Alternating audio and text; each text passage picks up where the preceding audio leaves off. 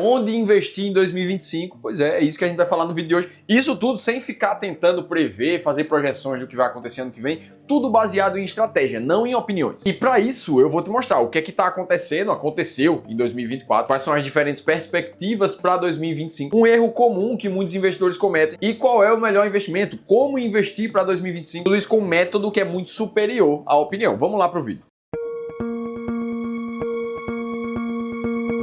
Boa, vamos lá, e a primeira coisa que a gente tem que fazer é entender de onde a gente tá vindo, o que é que aconteceu em 2024, muita coisa naquela retrospectiva anual a gente nem lembra, mas aconteceu esse ano. No começo desse ano, o que a gente tinha era isso aqui, ó. O que todo mundo tava falando era de queda dos juros aqui no Brasil, e esse movimento realmente começou a acontecer em janeiro de 2024. E aí um gráfico que a gente mostrou muito aqui no canal foi esse, produzido pelo pessoal da XP, que mostra o quanto o mercado costuma subestimar a queda da taxa Selic num período em que o juros está caindo. Na linha amarela, a gente vê a realidade do que aconteceu com a Selic, e na linha vermelha desse gráfico a gente vê a projeção dos analistas. Ora, era um período de alta dos juros, mas com expectativa de queda até mais acelerada. E o que muito se falava era da correlação entre você investir enquanto a taxa de juros do Brasil está alta e o retorno que você pode ter com ações por investir em períodos assim. Perceba que quanto maior é a taxa Selic fictícia de um investimento em ações que você faz, maior também se torna a probabilidade de você ter um retorno muito maior com aquele investimento no médio e longo prazo. Agora, se você decide investir em ações quando a taxa de juros está mais baixa,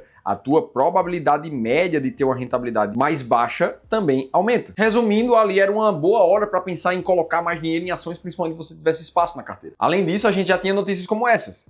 Dificilmente chegaremos à meta de déficit zero, já dizia o Lula em relação ao fiscal do Brasil, e isso realmente não aconteceu. Haddad vence queda de braço no governo e mantém meta fiscal nesse ano. O ministro da Economia estava tentando segurar os gastos ali, mas não foi suficiente e a gente viu uma gastança muito maior esse ano. Reforma tributária, 74% do mercado estava considerando a proposta atual melhor do que a anterior. Lembra que a gente estava falando sobre isso, sobre a implantação do IVA, de um imposto único e uma redução de burocracia? Era essa a proposta da reforma tributária, né? E já tinham passos ali para falar de reforma administrativa que não andou tanto. Falando de cenário mundial, a ONU vinha alertando sobre o risco de um longo período de baixo crescimento no mundo todo, principalmente se baseando ali em dados de inflação persistente, aumento de taxa de juros e incertezas que deixavam sombrias as perspectivas. E aí a gente viu vários conteúdos falando para não comprar nada agora, já que a gente estava à beira de uma crise. Inclusive grandes investidores como o próprio Ray Dalio ali na imagem. Então é isso, a gente tinha umas perspectivas mistas, juros para cair no Brasil e uma recessão mundial, era meio que esse o resumo. Agora, o que é que de fato aconteceu? Um pouco do oposto disso tudo. Afinal de contas, o mundo todo parece estar vivendo um pouso suave da economia, como costuma ser dito. Se a gente usa essa pesquisa trimestral aqui do IPEA, do Instituto de Pesquisa Econômica Aplicada, o que a gente vê é um texto exatamente sobre isso, falando que o cenário que vem se configurando é justamente de um pouso suave.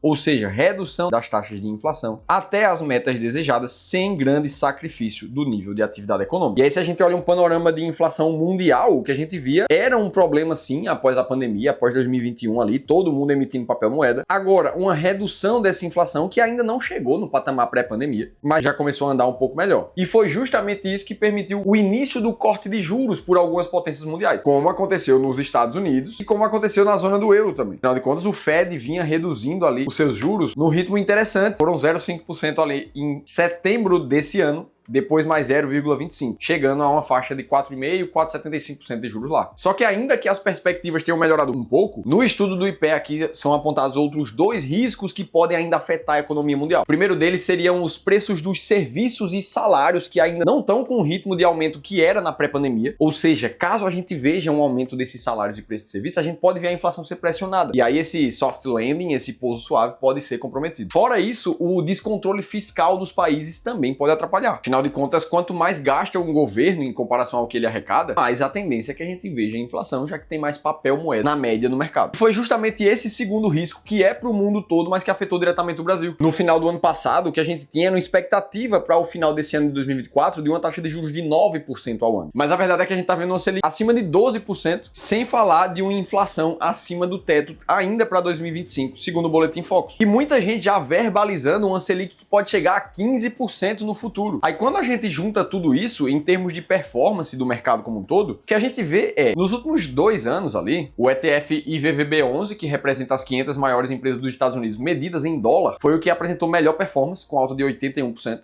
o CDI ali em segundo lugar com 25% de alta, o índice Bovespa com 17% e o IFIX bem de lado em 3,5%. Qual é o resumão disso tudo aqui? Meio que tudo mudou. Tudo que era esperado veio diferente do que era esperado. Só existe um fato nessa história toda. É que toda vez que você vê uma previsão, uma projeção de futuro, perspectivas de mercado, a chance de que ela dê errado é muito maior do que a que ela dê certo. Basta a gente olhar estudos que falam sobre isso. O próprio Boletim Focus, que é a principal ferramenta do Banco Central. Nos últimos 21 anos de projeções, eles erraram 16. E a grande maior parte dos analistas profissionais do mercado acabam errando suas próprias análises também. Tem um estudo aqui da Universidade de Salvador que fala muito sobre isso, sobre os vieses emocionais que puxam os analistas para o otimismo ou para o pessimismo a depender do momento que a gente está vivendo. E é justamente por isso que se você continuar tomando decisões no que você acha que vai acontecer, no que você viu falar sobre a economia, na média você vai muito mais errado que acertar. E ainda assim, nesse vídeo eu vou te falar sobre as perspectivas de 2025, porque a gente precisa falar sobre isso. Mas o principal ponto desse vídeo é que eu quero deixar claro que você não pode depender de narrativa nenhuma. E eu te digo isso porque eu sei que existem dezenas, centenas, milhares de pessoas que estão me assistindo nesse momento que têm casos parecidos com as carteiras de investimentos que passam pela nossa consultoria gratuita aqui do Clube do Valor. Como essa daqui, do Pedro, é um cara que passou há 2 semanas atrás na nossa consultoria e que quando eu tava olhando especificamente a carteira de fundos imobiliários do Pedro, o que eu vi foi uma concentração excessiva em 2 fundos imobiliários específicos, justamente por causa da expectativa que ele tinha desses fundos ali, uma obra específica que cada um desses fundos imobiliários tinham com uma capacidade de projeção de rentabilidade muito alta. O grande problema é que o Pedro agora se encontra concentrado em 2 ativos, sendo que ele tem mais de 20 na carteira, e aí ele não tem clareza, não tem certeza se ele tem que continuar aumentando posição nesses fundos, se ele tem que vender uma parte para comprar e rebalancear a carteira. E isso só acontece com quem não tem uma estratégia clara de investimentos. Você não tem parâmetros para saber exatamente quando você deve comprar e quando você deve vender um ativo. E são investidores assim que, na média, não tem muito tempo para acompanhar o mercado ou muita expertise para tomar a sua própria decisão e acabam deixando muito dinheiro na mesa. Por isso que se você ainda está analisando projeções para pensar em como investir ano que vem, cara, faz o seguinte, faz uma leitura desse QR Code que está aparecendo aqui na tela e se inscreve para uma das vagas da nossa consultoria gratuita. A gente vai tirar 1 hora do tempo de um dos nossos especialistas treinados para ele analisar o teu caso específico individualmente. E aí ele vai entender como é que uma estratégia clara pode te ajudar a investir cada vez melhor e já começar 2025 com o pé direito. Eu vou deixar um link aqui na descrição do vídeo também. Agora te sugiro que você faça isso agora, porque as vagas para esse final de 2024 estão bem limitadas. Dito tudo isso, vamos para as perspectivas de 2025 então. O que a gente sabe agora é o seguinte: a gente viu apostas para a alta da Selic chegarem a 1% antes dessa última reunião e o Boletim Focus marcando ali 13,5% de Selic até o final do ano que vem. Por conta disso, já é esperado um ano um pouco mais parado para a economia brasileira. Segundo o Instituto de Pesquisa ali da FGV, com um crescimento menos forte. O PIB mais fraco,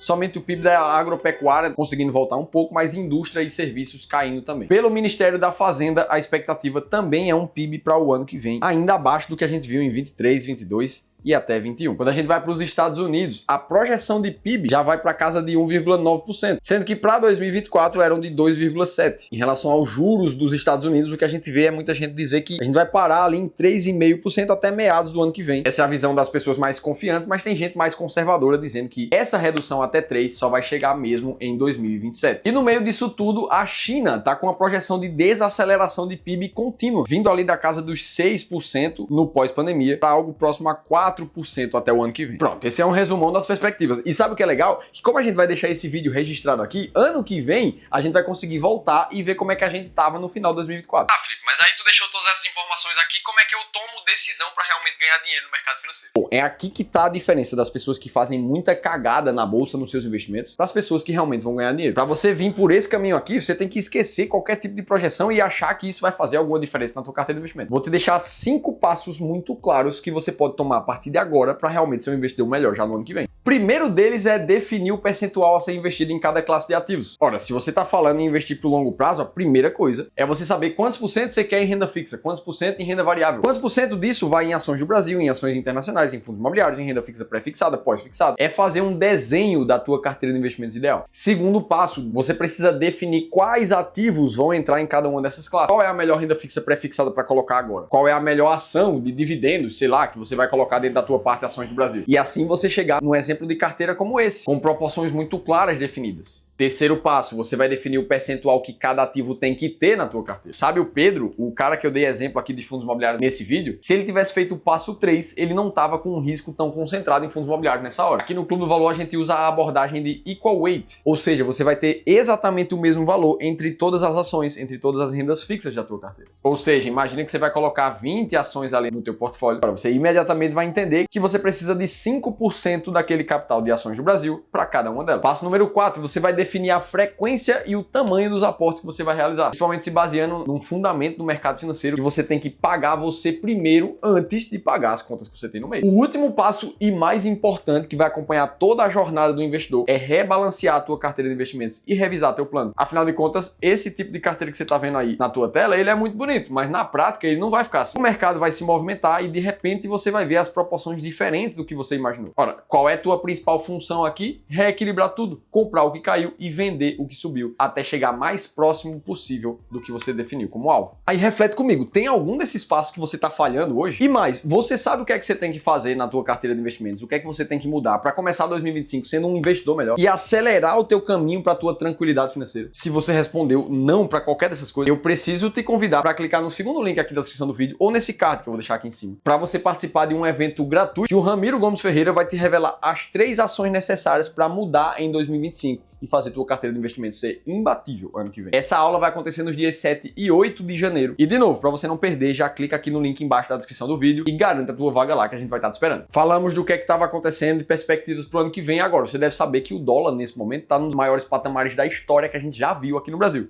Se você quiser entender como é que você pode ganhar dinheiro com isso, aí eu te convido a assistir esse outro vídeo aqui que eu te contei tudo isso em detalhes e eu vou estar te esperando por lá.